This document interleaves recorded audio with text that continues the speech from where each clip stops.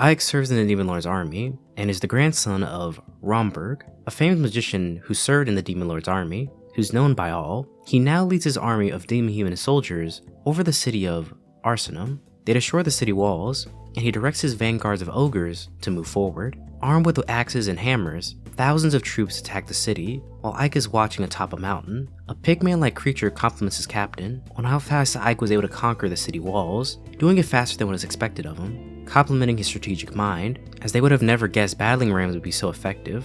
The monster was easily able to make their way throughout the castle walls, now encountering the knights. As large numbers of ogres swing their battling rams, the smaller guards are helpless to stop them, as they're now outnumbered, being 1 to 3. The knight captain can only look on at his men, as he now has to face off against the Demon Lord's enemy commander. Ike manages to teleport his way into the commander's office, and he introduces himself as the 7 Corps brigade captain. He gives the commanding officer 3 options. 1, he can first surrender over his territory to the Demon Lord's army. 2nd, he can die by his own hands, like a true man of honor, dying on the spear. Or 3, flee from his sight, as he admires the scenery of his retreating form. The king can only laugh on, as he assumes there's some type of mercy shown by the demon, not knowing the creatures would know such a concept. But he runs in to swing his sword, as none of these options work for him. The demon commander wasn't surprised by this action, and he hits the Gogeta special. The knight captain is now unconscious, but still alive. The pigman walks in, about to ask the captain what to do with the rest of the humans and soldiers, as they have now captured everyone. He turns to tell the man to do the same, and keep them all alive. A woman looks on at him, talking in a very seductive tone, as she is surprised that it only took 1 brigade of men to take down one of the frontline castles of Arsenum, saying that she knew Ike had a potential, but this is different. Loving a man like him, Ike lifts his staff and begins to activate a barrier spell, doing so to secure the room off from unwanted eyes. Ike can't help but feel guilty for the moment, as he's hurt so many people, as there were so many lives that needed to be lost for a better future for demons, never getting used to the blood and gore that war brings. Internally, he reveals that he's in fact a human, and not a demon. His teacher and grandfather, Ranberg, was a great mage, but also a demon. The man found him when he was just a baby, and decided to raise him on a whim. The man had a hyper-focused eye on the entirety of the world. He thought he could do a good job of raising him. He became his master, and taught him about magic, giving him a mask and a set of robes. He told the young boy to never take these set of clothes off, or the demons would kill him, as the demons are set in their ways. While he's reminiscing about his late grandfather, a sound could be heard underneath his desk. There, crouching, was a regular housemaid, who now screams that she's been discovered. She begins to cower, as she is afraid of this demon killing her. He asks the girl how long has she been here. The maid continues to bow, swearing that she saw nothing, nor will she reveal his secret of being a human. As she's about to stand up, the girl knocks herself out, and he ponders that he managed to keep his secret hidden for 20 years, doing so up until now. The pigman calls out to him, telling for Ike to come outside. Outside, the man wants to know why they kept so many humans alive this time. While walking in the ruined city, he asks the man a simple question: does he enjoy paying taxes, let alone paying an increased 20% of taxes? The pigman sweats, answering no, as of course not. Ike explains that it's best to add these humans into their economy, as they can be used as labor or other trades, as Arsenum is a trading city, with it having great value. Demons normally burn down the cities that they conquer, and kill everyone that's inside of it, which is rather stupid, as what is the point?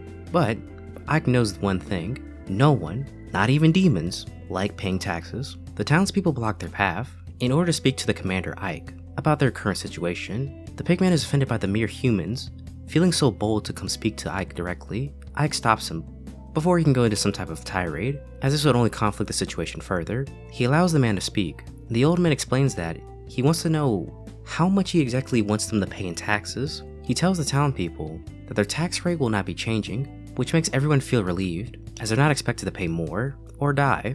But before they can cheer, he fixes them all with a glare, staring down each and every one of them. He tells them, though he's going to spare their lives, no one will disrespect or disregard their orders when it comes to the Demon Lord, and any such actions in the future will simply not be tolerated, and he'll exterminate each and every one of them if he has to. In the next moment, he's transported to a dark cavern, and he's quickly attacked by a giant golem. He's a bit disorientated by his current surroundings, but quickly comes to the conclusion that his commander has summoned him, and he reminds the woman not to summon him at random hours, as they've already talked about this. The magician in question can only laugh and smile down at him, as she is now testing her subordinate. Much to his dismay, Ike quickly eliminates the stone golem. His commander reminisces on how he was just a little boy that she helped raise, recalling his grandfather, and now he's returning to a brigade captain. The woman in question is named Sefri. The commander of his corps in the 7th Brigade, and she has a hobby of making demonic creatures. Being the only person in the demon army who knows his secret, he questions why he was summoned, as his familiar has already given her the update on the city, but she informs him that the demon lord, Dario Kutin, wishes to speak with him in person. Being the 1st Brigade captain to receive such an honor, he tells him that he should feel honored. She tells him to touch her shoulder. He does so, and she questions him on why he didn't reach for her chest, but he has no time for her teasing, and they get on with it. Meanwhile, the maid from earlier wakes up and is about to go leave, but the barrier blocks off her path. Looking around, she sees a pile of meat buns with a note attached to them, telling her to wait here. She takes a bite of the meat bun and screams, saying how yummy it is, with her next devouring all the food. At the Demon Lord's castle, it's stereotypically ominous, with an uninviting aura around it, with cliché lightning strikes. At the gate they see 3 guards, with this being the checkpoint. Ike is worried, as this means he's going to be discovered, having to take off his mask at the very least. She tells him not to worry about this, as she will take care of it. She puts an intimidating aura around him to make the guards pause before checking him, and one guard can only remember about his grandfather, believing that power runs in the family, and the 2 of them simply walk past them. The female witch can only tease him and remind him how she doesn't have to walk like he does, asking if he's jealous. Ike is used to her sort of teasing and simply ignores it, with her doing this simply to ease his mind. Sephiroth goes in first to talk to the Demon Lord alone. While left alone, Ike can only ponder his current situation, which soon goes to the current Demon Lord. He thinks about how this Demon Lord is the strongest and must be the manliest demon to ever exist. Forming an image of the Demon Lord, he reminds himself that how this Demon Lord was able to easily take over and change the tide of battle. Luckily, he doesn't always kill his opponent, but instead finds a way to use them. Even if they don't have magical or physical skills, he wants to give everyone a job. Normally, demons are creatures of individuals, as they never work together, but ever since his new administration, things are beginning to change, being the best they've ever been. He's told to enter, with both himself and Sephiroth bound before the Demon Lord. As their lord is speaking, he can only wait to raise his head. When he goes to look up, his eyes widen, as there on the throne sits a little girl. She calmly smiles at him, and gives him countless praises, saying how he was able to conquer a fortress with such little men, doing so in less than a week. Ike gives all the credit back to his commander. The Demon Lord can only remark on how humbly he talks, which makes him sound more like a human than a demon. Sephiroth tries to come to his defense, and reminds her Demon Lord that this is the grandson of one of their great heroes. The girl questioned him on his beliefs, as he practically didn't kill anyone in this battle. Inside, Ike can only think about maybe he should have acted more like a demon on the battlefield, and executed the human leader, doing so in public, as this would remove all suspicion around him. He asks the Demon Lord if he could speak openly, and she allows it. There he explains his point of view, giving historical data to back up his claims. Ruling by fear will not conquer humans, as they would only fight back, but by showing them a different path, a better path, they will come to understand that this new way is actually indeed better. Using his knowledge of their leader, he knows that she must have studied ancient civilizations, as she has already adopted a similar mindset, as this philosophy is how she was able to come to power so quickly. She teleports in front of him, as she begins to become more interested in him, as demons don't normally think like this. Whispering, she whispers out next time she would like to see him without his mask, knowing there has to be a real face under there. When she goes to leave, Ike begins to collapse, taking off his mask, as he was sweating nervously being in front of her. Sephiroth says that he should be happy, as she didn't discover that he was a human, but she then informs him that he was given a reward, even though in her opinion it sounds more like a punishment. His mission is to collect double the amount of taxes than previously, while also protecting the city. Ike feels beyond overwhelmed, as such a task seems impossible, and he remembers that Sephiroth never thinks about the aftermath of a battle, as she always goes all out like Megamine, not caring about property damage. Getting back home, he sees that the maid has eaten all the food, and is now snoring in his chair. When she wakes up, she begs him not to kill her, crying how she'll do anything, as she doesn't want to die. She jumps on him begging to spare her life. He tells her to get off of him, as he's not going to kill her. He tells the girl that from now on, she's going to be his private maid. The next day, he renamed the city to Ivalice, and the pigman tells him that it will take them exactly 6 months to repair the walls, as they still need to go call the engineers and get the correct amount of laborers to form the walls. Ike looks around the city and calmly tells them that this will not be acceptable, and that they will accomplish this task in 1 month, much to the pigman's shock, as there's no way they could actually accomplish this. For the following month, he has humans and demons working together, side by side, as both of them are repairing the city and moving away debris. This thought is inconceivable, as the two sides have never worked together for anything, but here they are, orderly working, with no problems. Castle mages in white robes charge fireball spells at the demonic foes attacking them, but are shocked to see that the army is unharmed by their magic spells. A red ogre is able to destroy the castle walls with a large boulder. When they make their way inside the city, the real war begins, as guards try and defend their home, Inside the Demon Lord's castle, she remarks how humans will band together to eliminate a common enemy. She thinks that Ike is the only person capable of bringing peace to this war. In his office, Ike continues to do his work on his ever-increasing stack of paperwork, with his maid, Sati, preparing tea for her master. In a neighboring city, the White Rose Knights commander, Alistar, is summoned to take back the city of Avalius from the demon army. Her commanding officer has her take back the city, as he can't allow for these other countries to see their weakness and take advantage of them. Meanwhile, back at Avalius, the city has regained back its former strength, as lives of the common citizen are back to normal. In one of the back alleys of the town, a man talks like a cheesy car salesman, trying to encourage the men to spend more of their money on a simple but fair game, as they can win big money if they're able to find the ball underneath the cups. As he puts the ball in the center, he tells them that they would be getting double the winnings from the current pot. Upon their victory, he smiles as he found himself a new sucker to take his bet. Panning out of the shot, we see Sati, Ike's maid, being his next victim. She points to the middle cup, with that being her choice. The man asked her, "How much would you like to bet for this?" And the girl reveals to all of them that she has no money. The man is outraged, asking why did she come here if she didn't have any money, but taking another look at her and her mountain of marshmallows makes him reconsider. The older man can't help but admire her gifts, saying that she can pay in other ways. And as he's about to reveal the answer, a whirlwind of magic levitates all the cups, revealing to all of them that there was no ball under any of them. The once honest game is revealed to be a scam, and all the men are outraged, demanding they have back all their money. The men surround him, threatening to kill him, while he calls out for the city guards to break it up. Sati watches this, but is then soon grabbed by her master, as he tells the girl that she's not supposed to be leaving his side, as it's bad form for a maid. She comments on how he looks differently, and he says that he's undercover, doing some scouting to make sure that there's nothing wrong in the city. The two of them walk away as we can hear the screams of the old man getting beaten up, and they soon enjoy some fruit from a vendor. Sati can only think about how much differently things are here ever since her master Ike has arrived in town, all for the better though. The two of them see a large group of guards walking around the city, remarking about the alliance of the kings, this being an ancient treaty law where countries would band together in times of immense danger. Ike remembers that in history, this law was only enacted 3 times, each time to combat the Demon Lord's army, with the Demon Lord always being defeated in the end, with him able to push back the Demon Lord's army all the way back to his castle. Hearing this, Sati gets worried, and Ike is confused by her behavior, because if the Demon Lord's army is forced back, then this would mean she would be set free. But Sati tells him that he's wrong, as human society is much harsher than he believes, as a child born from a slave is a slave forever, giving the country an ever-growing population of slaves that they can use. If he leaves her, she'll end up like those kids in the alley, carded and waiting to be sold. He now understands the situation, and he tries to cheer her up, as the current Demon Lord is the strongest and wisest that they've ever produced. But he thinks about how many problems that this world faces. The con artist from earlier yells out to them, demanding that they stop.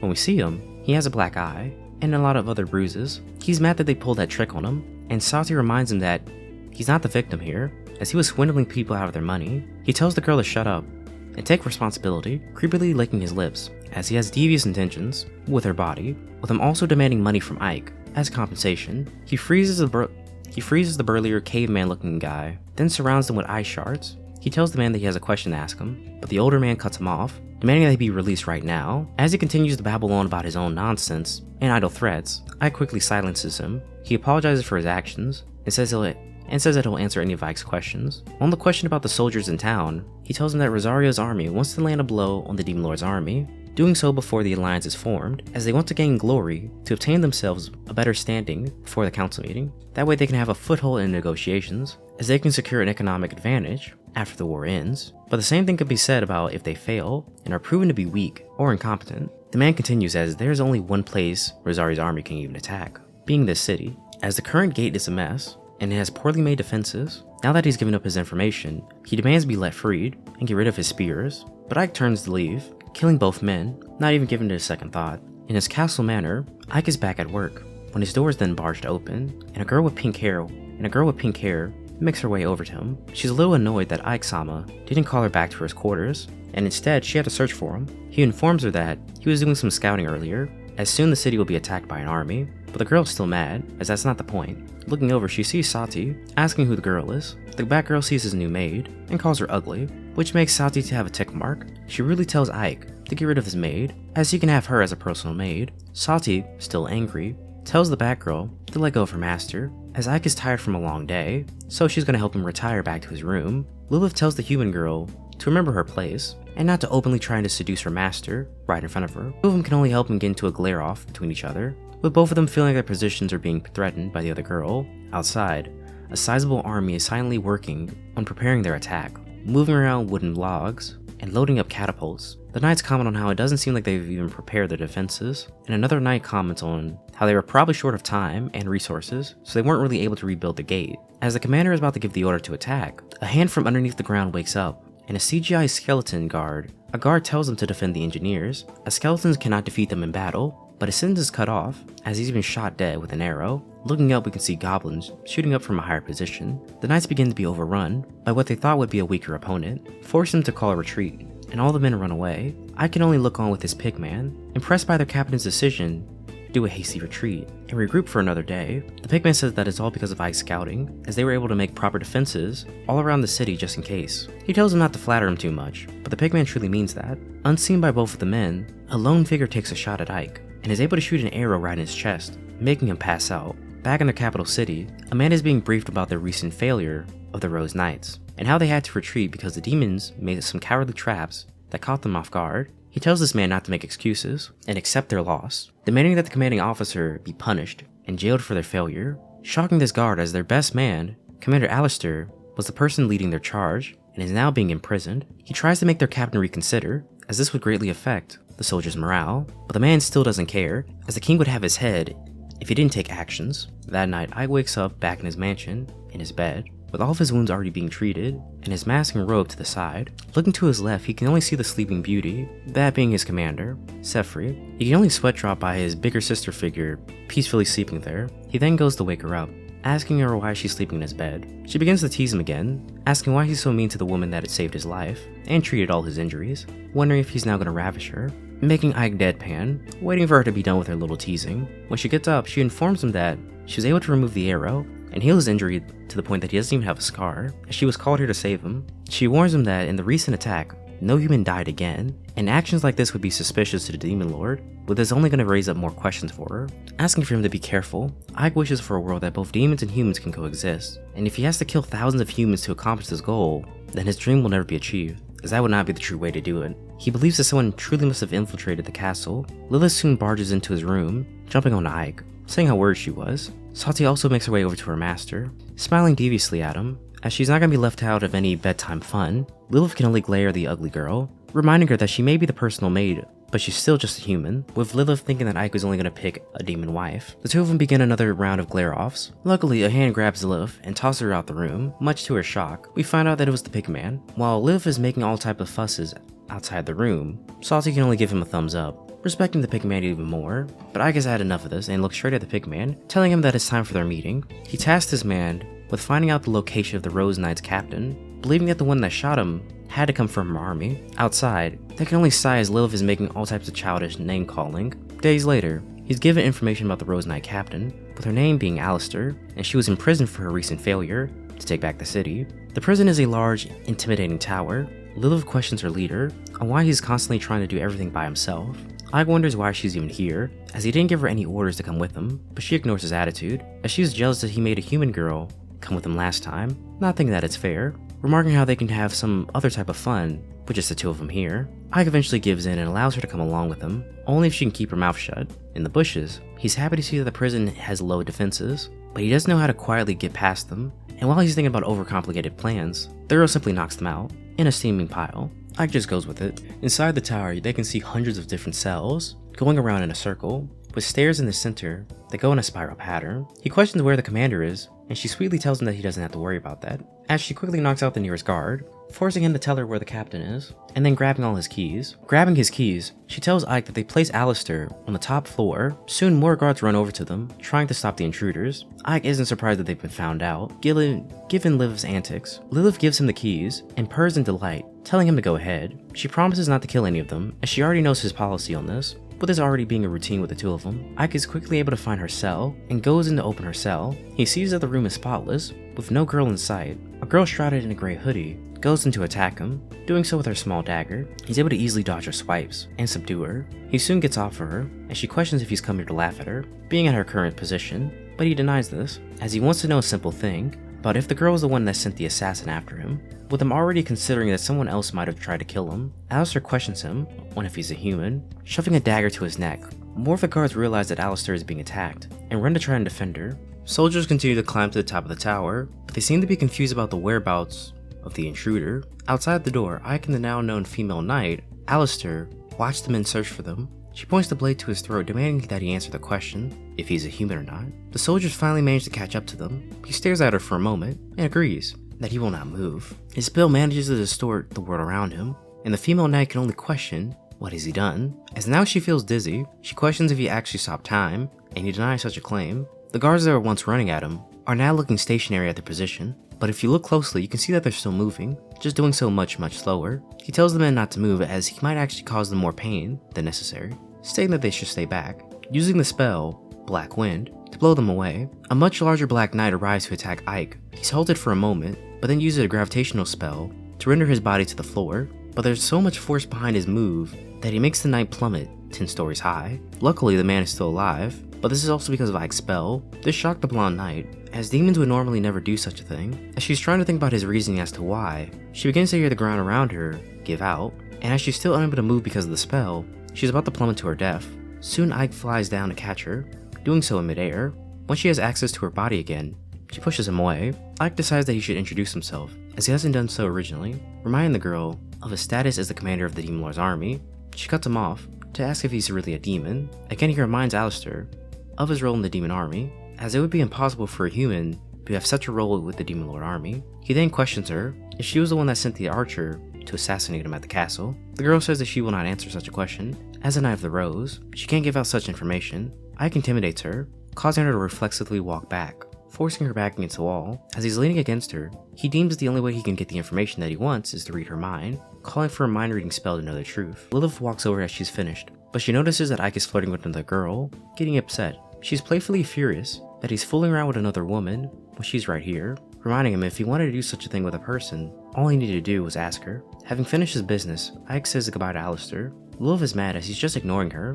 As the two go to leave, the blonde knight questions him if he really came here just to laugh at her. He answers no again, as he only came for information. She tries to stop him again, as she hasn't answered his question, but Ike again is uninterested, and he reminds her that he already read her mind, and he doesn't feel like he should be saying this as an enemy, but he feels like she's being a bit too hard on herself, as this isn't really her fault. He opens up a portal to go home. Lilith questions him again about why they're not going somewhere to relax, with this being one of the only times they're going to be truly alone, but he simply just goes home. Once home, he takes off his mask and greets his maid. Once he's back, he gives her some seeds from his bag. She wonders what the seeds produce, and he tells her that it's rice seeds. As he was told to double the amount of taxes this city can produce, she also gets confused by his bigger words when it comes to farming and agriculture. Ike continues to lay out his plan of how he's going to be using rice to produce a strong agricultural front, as the plant produces more than its counterpart of wheat. Ike has a plan to increase productivity by growing rice, as he would need less farmers to manage it, and he could start up businesses and trades with job titles like a chef, blacksmith, and other services, as this is a better sign of a country's actual profitability with the amount of different services that it can provide. He entices the girl with his plan, as she'll be able to eat new food and help grow the economy, being very useful. He leaves her with the task of learning how to cook rice. She questions how she's going to accomplish this task, as she has never done so before. Ike believes that she can figure it out, and leaves her with some parting words. He was told in passing how to cook rice, but the way that he describes it, it sounds more like a spell than an actual cooking method. But still, Ike has to leave, as he has another matter to attend to. Outside, his army of demon soldiers are waiting for him. The pigman did what he was instructed. He questions why their leader wanted them all here. He questions why their leader wanted them all present here. Ike remembers the arrow that he was shot with, and how it didn't come from their enemy, that being the White Rose Knights. Then that could only mean one thing: it came from within, which means someone wanted to kill him. He never wanted to think of the possibility, but it's the harsh truth. Someone in his army is a spy. Using the spell Mind Reader, he locks into the minds of each and every one of his soldiers. Unfortunately, the pigman happens to be one of the people.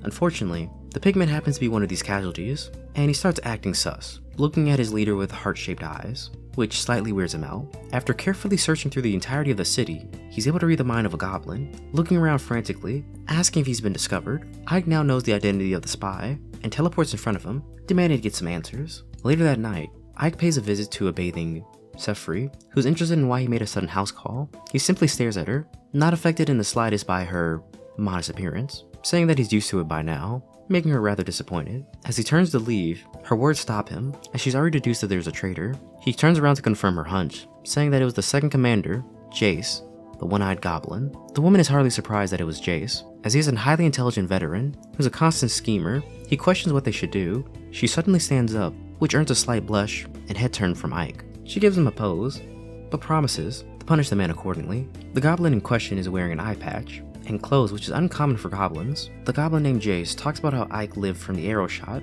A taller blue goblin sweat drops and confirms that he did shoot the commander in the chest. Another blue goblin comes running to them, telling Jace that their spy that they sent him Ike's brigade isn't responding. Jace is frightened, as this could mean that they've been discovered, but declares that he must strike first then, as he can't allow it all to end here. But as he says this, another supporter comes running, arriving to inform him that Ike-sama is here, wishing to speak with Jace, leaving him wide-eyed. Jace joyfully makes his way over to Ike, greeting his leader, saying that he should have called ahead of time before making a visit. Ike says that he happened to be in the area. Looking up, he sees that Jace has gathered a significant amount of foot soldiers. He questions if the goblin is planning to start a war. Jace states that this is his territory, so that's none of his business. The goblin smirks, confidently saying to his commander that he's heard about his recent injury in the last battle, thinking that it's time for a new captain, as a commander should never let his guard down. Ike agrees that he was too careless, as there's a traitor in their midst. Jace declares that his army is double the size of Ike's, and he happened to come here all alone, doing so rather foolishly. Ike questions if this is really all his troops.